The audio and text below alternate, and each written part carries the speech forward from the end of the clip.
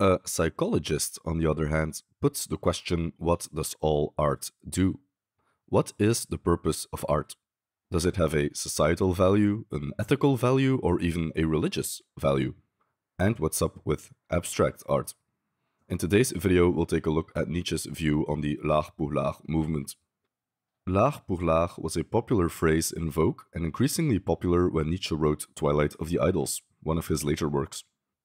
Already in 1888, well before we see the true liftoff of abstract art in the form of Marcel Duchamp's Fountain, or Picasso's Demoiselles d'Avignon, or Jackson Pollock, Nietzsche took a stand against so-called l'art pour l'art, art for art's sake. The phrase originated somewhere in the 19th century in France, and by the time Nietzsche wrote Twilight of the Idols, it had gained quite a bit of traction. The central idea was that art should exist autonomously, that it should stand on its own two legs. In other words, that art would serve no function beyond itself. Art should be an end, not a means. In other words, art should not be about sending a moral message, or it should not be about the glorification of your country or whatever other meaning you might assign to art. If you're watching this video in the 21st century, this probably sounds a little strange to you, because you could make the case that the l'art pour l'art movement had a decisive victory. When you ask someone today, what is the purpose of art? You're likely to either get a puzzled look or no response at all. It's a strange question. We don't tend to think of art as something that has a purpose, or should have a purpose. In fact, if you go to any random art museum, you will find lots of art that doesn't seem to serve any purpose at all, other than just to exist. But in the grand scheme of things, these are recent developments. In fact, throughout history, art has always been thought of having a definite purpose. The most straightforward example would be art in the Middle Ages. Art served the purpose of glorifying God or Christ. Entire cathedrals were built for the sole purpose of inspiring awe and piety. Nietzsche writes in a context in which the purpose of art was increasingly being questioned. With the advent of the Romantic era, we have the rise and perhaps the apex of the genius as a phenomenon, a person who creates art as an expression of his individuality. Here we already find the beginnings of the later l'art pour l'art movement, but Romanticism is still a definite style with definite values attached to it. For example, there is the idealization of nature and the primacy of emotion over rationality. In l'art pour l'art, art becomes autonomous. Its proponents advance the view that art shouldn't impose any values at all. In other words, that art should simply be aesthetic, pretty to look at, and morally neutral or even morally subversive. In fact, arguments were made that art should not only impose any sort of values, but that art shouldn't have a purpose at all. This brings us back to Nietzsche's eternal enemy, Schopenhauer. For Schopenhauer, art served an obvious goal. Art was supposed to be a gateway to salvation. In the words of Nietzsche himself, according to Schopenhauer's doctrine, the general object of art was to free one from the will, and what he honored as the great utility of tragedy was that it made people more resigned. In Schopenhauer's philosophy, the aesthetic experience allowed us to temporarily forget about our suffering. When we feel ourselves get lost in a painting, so to speak, we are temporarily released from our struggles. We forget we are individuals, we forget about our worries, we forget about our wants and needs. For a very short period, we forget who we are. In Schopenhauer's terms, this is a temporary escape from the will. And this escape is both the purpose of art and an objective way of measuring the quality of art. Art is better the more it allows us to escape, the better it allows us to forget who we are. We go deeper into Schopenhauer's philosophy of art in part 3 of our big video in Schopenhauer's main work, The World as Will and Representation. But for the purposes of this video, the main point to keep in mind is that Nietzsche writes in an era in which art was thought of having a purpose. What that purpose was exactly is the subject of debate. But that there was a purpose to art, this was assumed without question. Now, this assumption began to be questioned, and this skeptical doubt is captured in the phrase l'art pour l'art. It is a process by which morality is stripped from art. Art that does not glorify God or inspire compassion or provide any moral lesson at all. Earlier in this video, we mentioned the idea of the romantic genius. You could say this is an intermediate phase, a moment in time where art was losing its purpose, but not quite completely. The romantic genius creates art for no other reason than to express his individuality. Art serves no greater societal or even metaphysical purpose. The genius creates because the genius creates. He can assign some kind of societal purpose to his art, even ascribe metaphysical significance to it, but this meaning comes from the genius himself. It rests upon his authority. Art by itself had become functionally purposeless. You can see how the next step leads to l'art pour l'art. All that's needed for the genius is to say, well, what if I don't want to convey a message with my art? What if I simply want to create something without meaning? This is what was happening to Europe at the end of the 19th century. Art was in the process of being divorced from purpose and thereby from morality. So, to recap, if the genius doesn't want there to be meaning to his art, then there is no meaning. This is the backdrop of Nietzsche's attack. Nietzsche puts question marks around the idea that a genius, or any human really, is truly capable of creating art that is meaningless, that doesn't impose any values at all. In a series of rhetorical questions, Nietzsche asks the reader, what does all art do? Does it not praise? Does it not glorify? Does it not select? Does it not bring things into prominence?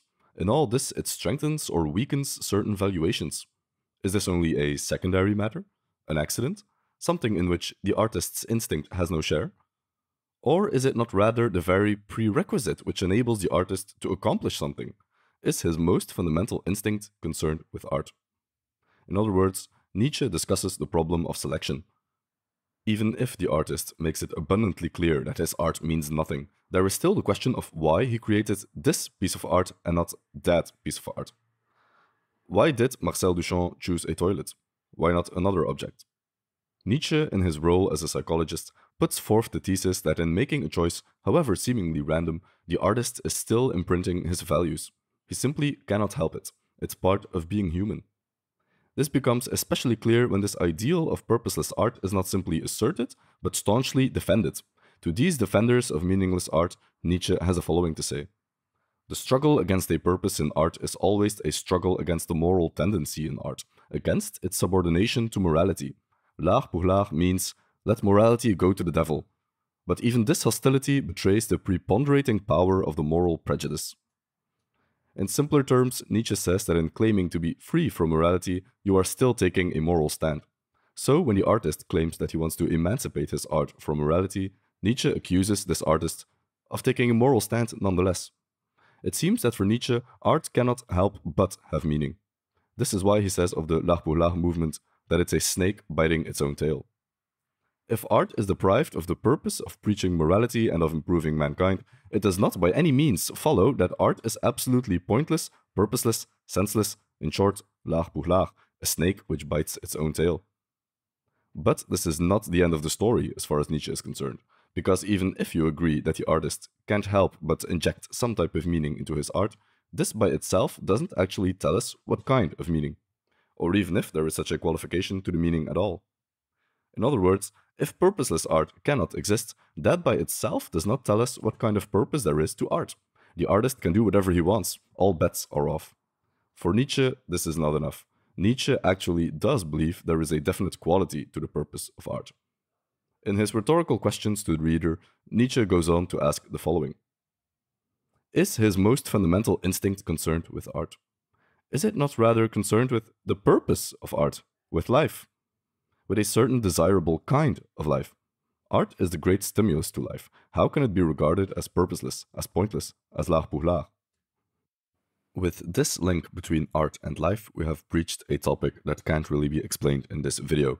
We've done two videos on Nietzsche's aesthetics. One is about what Nietzsche himself called a mistake with regards to romantic art, and another one is about Dionysian art and what Nietzsche considers good art from the perspective of his philosophy.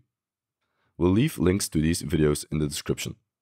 But we're not done with Nietzsche's aesthetics. If this is a subject that interests you, please let us know in the comments. We're always trying to figure out which aspect of Nietzsche's multifaceted philosophy we should cover next, and your comments are the most important tool for us to figure out which videos you want to see. So if you want more of Nietzsche's views on art, definitely let us know. With this video, we wanted to discuss a paragraph in Twilight of the Idols in which Nietzsche rails against the l'art pour l'art movement, the idea that art shouldn't have a purpose at all. Nietzsche wonders whether this is even possible.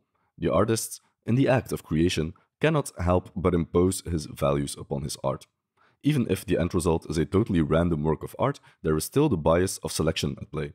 The artist chose to include some elements and exclude others. Making the selection is making a choice, and making a choice involves uttering a value judgment. But even further than that, Nietzsche believes that purposeless art cannot exist because art is intrinsically bound up with life. It's an expression of life, or in some cases, a rejection of life. In our video on Dionysian art, we explore the kind of art that Nietzsche champions, art as a celebration of life. If you're curious, you can check that video out. But the most striking question to ask ourselves at the end of this video is perhaps the following. Was Nietzsche correct in that purposeless art is completely impossible?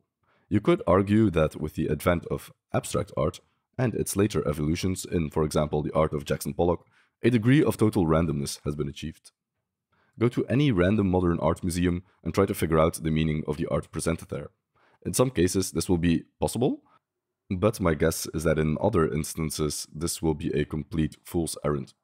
Like we alluded to in the beginning of the video, can we say that the l'art pour l'art movement, the movement that champions art for the sake of art, without an underlying meaning or value system, has reigned victorious?